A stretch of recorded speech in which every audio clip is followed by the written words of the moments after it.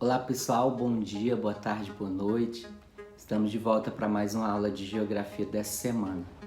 Nessa semana a gente vai estar treinando aí uma habilidade diferente ou experimentando uma forma de aula diferente chamada sala de aula invertida.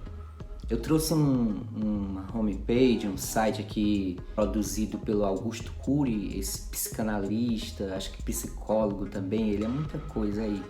Ele é escritor também de livros ótimos, digam-se de passagem, se vocês tiverem a oportunidade de conhecer, fica a dica. Eu trouxe um site onde ele é o autor desse projeto chamado Escola da Inteligência, Educação Socioemocional, e para reforçar aqui a ideia da nossa aula de hoje, essa ideia da sala de aula invertida, né? Só para vocês entenderem que não é um projeto novo, não é nada, não é nenhuma novidade que eu estou trazendo aqui para vocês, no sentido de que seja eu que esteja inventando. Como a escola profissionalizante, ela tem essa ideia de desenvolvimento do protagonismo do aluno, tem essa ideia de desenvolvimento da autonomia de cada um de vocês, então eu me senti mais à vontade para estar testando, né? Não quer dizer que a gente fique eternamente nessa modalidade, fazendo isso, mas a gente vai fazendo testes, observando a receptividade de vocês, como é que ocorre, como é que vocês recebem essas propostas, né? Mas vamos ver aqui, ó, o título da matéria, como vocês veem aí, você sabe que é sala de aula invertida? Caso vocês queiram se aprofundar, né, pessoal, saber, vocês vão observar, caso vocês queiram ir atrás, se aprofundar, saber como é que funciona, vocês vão ver que é muito mais complexo do que o que eu vou aplicar aqui com vocês. Eu vou aplicar com vocês apenas um traço, 1/10 do que é a sala de aula invertida. Aqui eu vou ler um trecho inicial, ó. Já imaginou se existisse uma aula em que os alunos já soubessem a matéria e pudessem compartilhar conhecimento com os colegas? Então, eu não estou trabalhando com vocês essa ideia de mandar o vídeo antes e depois a gente trazer alguma coisa lá no Meet. Então, aí já é uma ideia, né? A partir daí a gente pode elaborar debates também mais aprofundados para esse encontro que a gente vem depois dessa aula gravada que eu envio no grupo de vocês, né? Eu posso também estar enviando para vocês ideias de leituras, passar um texto, alguma coisa em que a gente possa estar trazendo o debate após na nossa aula no Meet, mas isso fica para futuras ideias. Flipped Classroom, em inglês.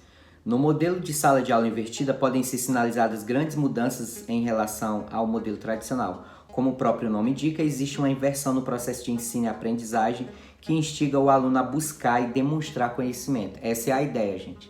A ideia é que vocês deixem de estar só me assistindo, que vocês deixem de me considerar como a única fonte de conhecimento, né? De repasse de conhecimento, e que vocês também venham produzir conhecimento, vocês também venham buscar a autonomia de vocês em adquirir o conhecimento. Destituindo o professor de seu papel de detentor do conhecimento. Como eu disse, não é só eu que sei e tal, né? Não é legal.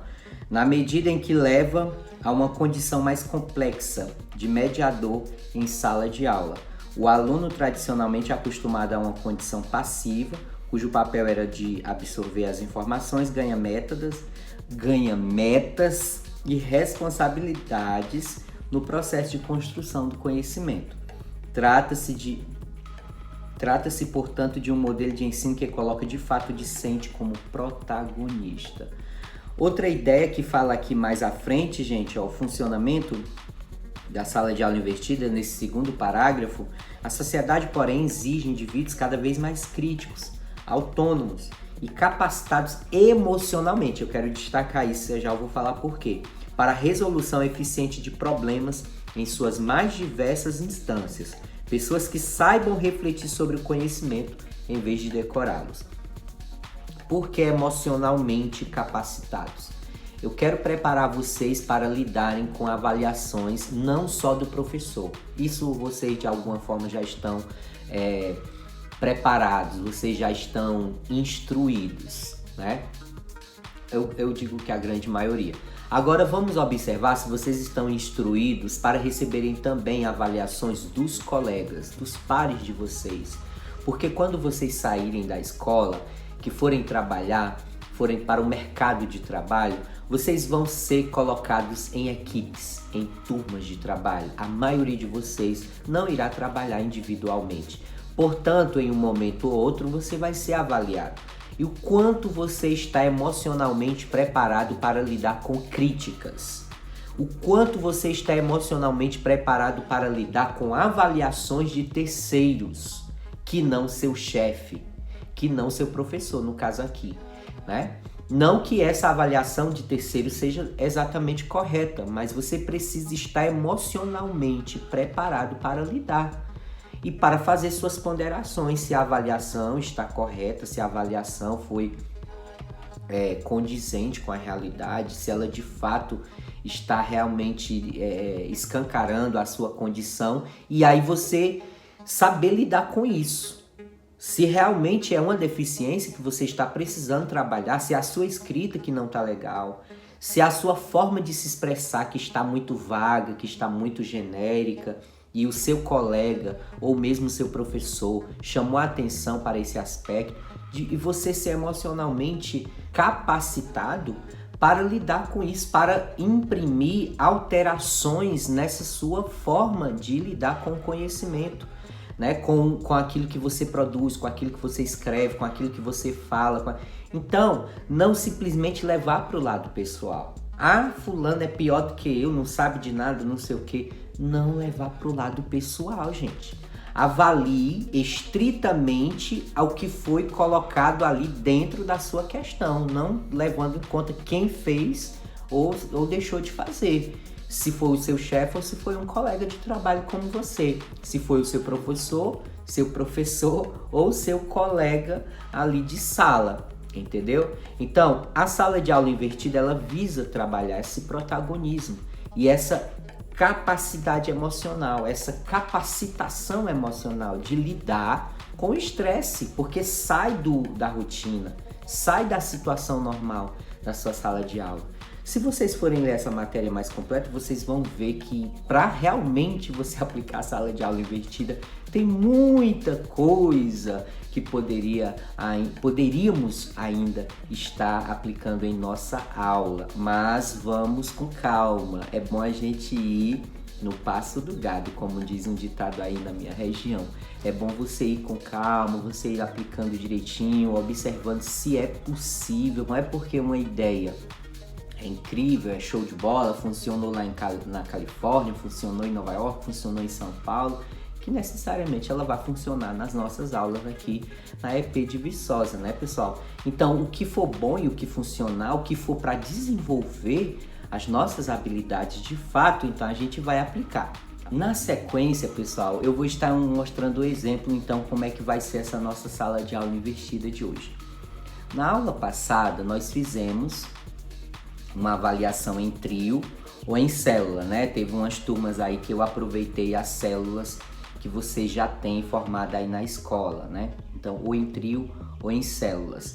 E eu coloquei lá 3 questões, coloquei a pontuação máxima para caso você responda completamente a todos os comandos das questões, né? E compartilhei com vocês em um documento do Google, né? Chamado Google Docs ou Google Documentos, em português mesmo. E aí, vocês fizeram, né? A grande maioria, a grande parte, quer dizer, quem não fez, é provável que vai ficar de recuperação nesse período e vai fazer recuperação após as nossas avaliações globais, né? Já deixando aqui um recadinho para a situação de quem não fez, tá bom? Então, não é o fim do mundo, mas vai ficar de recuperação, não vai perder pedaço não vai arrancar braço nem nada não. Simplesmente você vai ter que recuperar um trabalho que você não fez. Por N motivos, né? Não vou atrás disso não. Então, e para quem fez, como é que vai ser? Eu vou compartilhar com vocês aqui no Google Sala de Aula, né? Para quem já está assistindo a partir desse link no Google Sala de Aula. Para quem está assistindo antes de ocorrer a aula no Meet, então eu vou estar explicando alguns detalhes a mais lá no Meet. Mas você que já está pegando essa gravação depois, aqui no Google Sala de Aula eu vou estar colocando o link da pasta da turma para você acessar. E aí você vai acessar os arquivos e dos colegas das outras equipes, não da sua, não do seu trio ou da sua célula. Você vai procurar outros arquivos, você vai acessar e você vai trazer comentários sobre as respostas dos colegas, tá bom? Você vai... eu vou explicar também aqui na sequência o que eu quero de cada questão. Deixa eu apresentar logo, né, pessoal, aqui as perguntas, o que eu quero para ficar mais claro então para vocês. Por exemplo, deixa eu colocar aqui no quadro para vocês como é que vai funcionar. A primeira questão, eu perguntei quais fatores locacionais podemos afirmar que tem a cidade de Viçosa para instalação de uma indústria como a Grendene. Detalhe cada um deles. Veja, olha os comandos, pessoal. Eu estou pedindo fatores locacionais. Se a pessoa tratou qualquer outro assunto que não seja fatores locacionais, ela não obedeceu ao comando da questão, tá bom? Aí quais são os fatores locacionais estudados nas nossas aulas, pessoal? Vamos observar direitinho. Se alguém falar qualquer coisa fora disso, fora desse parâmetro aqui, já não está correspondendo ao que foi pedido na questão. O primeiro fator é capital, dinheiro. Segundo fator, energia, questão da energia que vai ser utilizada para essa indústria, para essa empresa. O terceiro fator, a mão de obra disponível na cidade de Viçosa. E aí a indústria que a gente está tratando aí, não sei se mão de obra qualificada ou se mão de obra barata. Não vou dizer nada nesse sentido, só sei que o aspecto aqui é mão de obra. Quarto fator, disponibilidade de matéria-prima para esse tipo de indústria, né? Aqui no caso trabalha com calçados, vai precisar de materiais aí que se desenvolver esse produto específico. Em seguida vem também mercado consumidor. Se essa indústria se instalando em Viçosa, ela teria mercado consumidor para isso ou não? Se ela precisaria estar exportando, estar transportando, que levaria novamente em conta os meios de transporte, que é o que eu vou apresentar aí na sequência. Então, se não tem mercado consumidor em Viçosa, se vale a pena então estar exportando para todo o país, estar transportando isso para todo o país ou para fora do nosso país. Por último, aí sim, os meios de transporte. É um outro fator locacional que é levado em conta, esse escoamento da produção ou a questão também da chegada de matéria-prima, se não tiver matéria-prima na cidade. Essa chegada da matéria-prima, ela vai depender do meio de transporte, se trem, se avião, dependendo da indústria, né? Vai depender, às vezes vai precisar de uma matéria-prima que possa estar chegando de avião, né? Avião, trem, caminhões. E aí, se for caminhões, tem que ver a questão das estradas, né? E assim vai, tem que observar o fator transporte e tudo que envolve esse pacote de logística da produção e da questão também das matérias-primas, tá bom? Então destaquei aí quais são os fatores locacionais. Se alguém abordar qualquer coisa fora disso, fora desse aspecto, então já não corresponde ao que foi solicitado na questão. Então, seguindo, eu pedi os fatores locacionais para a instalação da indústria Grendene.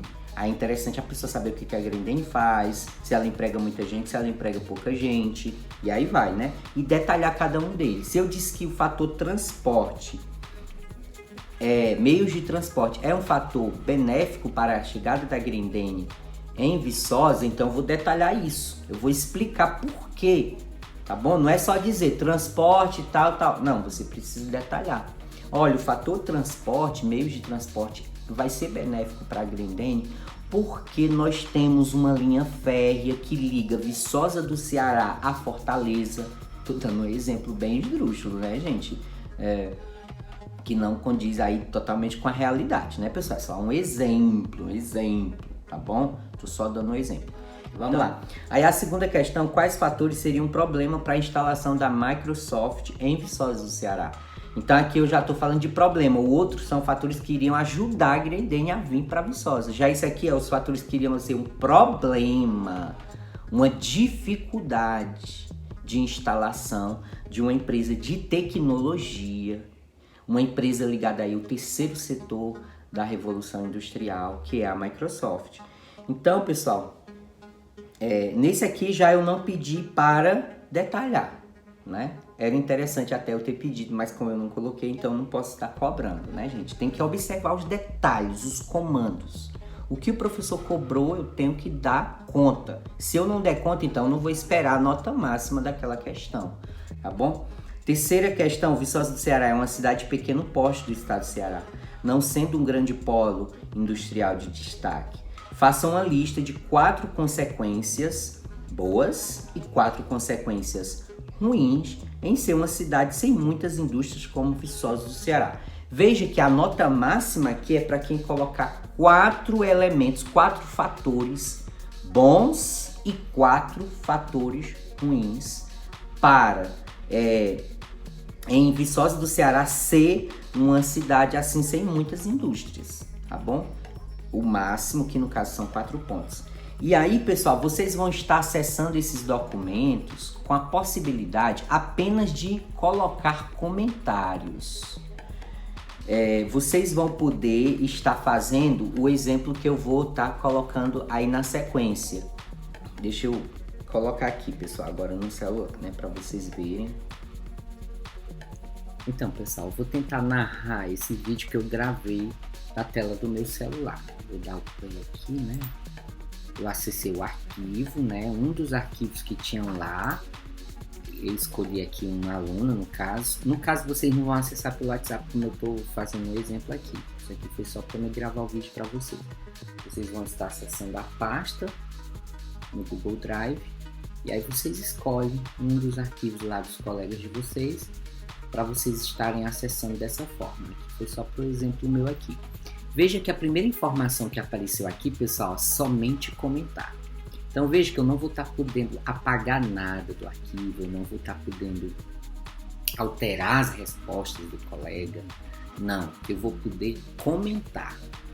Então é como se eu estivesse comentando um PDF. Aí vocês sabem que um PDF você não pode estar alterando. É mais ou menos isso, tá bom? Então na sequência vocês vão ver eu dando um exemplo. Algumas palavras eu estou entrando até com meu e-mail normal, para dar o exemplo para vocês, porque se eu entrasse como professor, né? Então, veja, pessoal, que aqui embaixo, ó, aí se eu pausar, quando eu der o play de novo, vai começar tudo de novo, será? Mas veja aqui que na parte inferior, nessa parte inferior tem esse olhinho aí, com essas risquinhas como que fossem. Então, se eu clicar nessa opçãozinha aí, eu vou poder fazer os comentários que eu quiser nesse documento. Esse documento que eu peguei, pessoal, ele não tem as respostas. Eu peguei um caso aqui de um aluno que não respondeu. Tá bom? Então eu estou fazendo as edições na questão mesmo. No caso, vocês vão fazer nas respostas dos colegas. Então eu cliquei em fatores locacionais, por exemplo, e apaguei. Isso tanto no computador quanto no celular. A opção de apagar. Só que em vez dele apagar, ele vai fazer esse risco em cima da palavra. Se você acha que aquela palavra não foi bem colocada, né, que o colega usou essa expressão mal, né, ou então ele disse ali uma informação que não condiz, que você acha que a realidade é outra, então você vai apaga e você faz o comentário na sequência. Deixa eu dar o play aqui para ver se segue ou volta tudo. Agora seguiu, né? Então, eu vou editar, eu acho que a sequência aí, né? Eu vou estar editando, ó, selecionando a palavra. E aí eu apago, em vez de apagar, risquinho, beleza? Olha aí também. Pronto, aí vocês entenderam, né? Que vocês vão fazer. Aí, após a resposta dos colegas, é que vocês vão fazer essas anotações aí que o vídeo está mostrando. Então, aqui que você vai sugerir o que seria a resposta mais adequada, né, pessoal? Claro, logo após a resposta do colega, que no caso aí não tem, como eu já disse. Eu peguei um exemplo de um documento que não tem não foi respondido. E aí, pessoal, nessa parte, deixa eu pegar aqui o laser, não sei se pronto. Nessa parte aqui, você vai colocar a nota que você então acha, né? Abaixo de cada questão não vai estar assim, nota.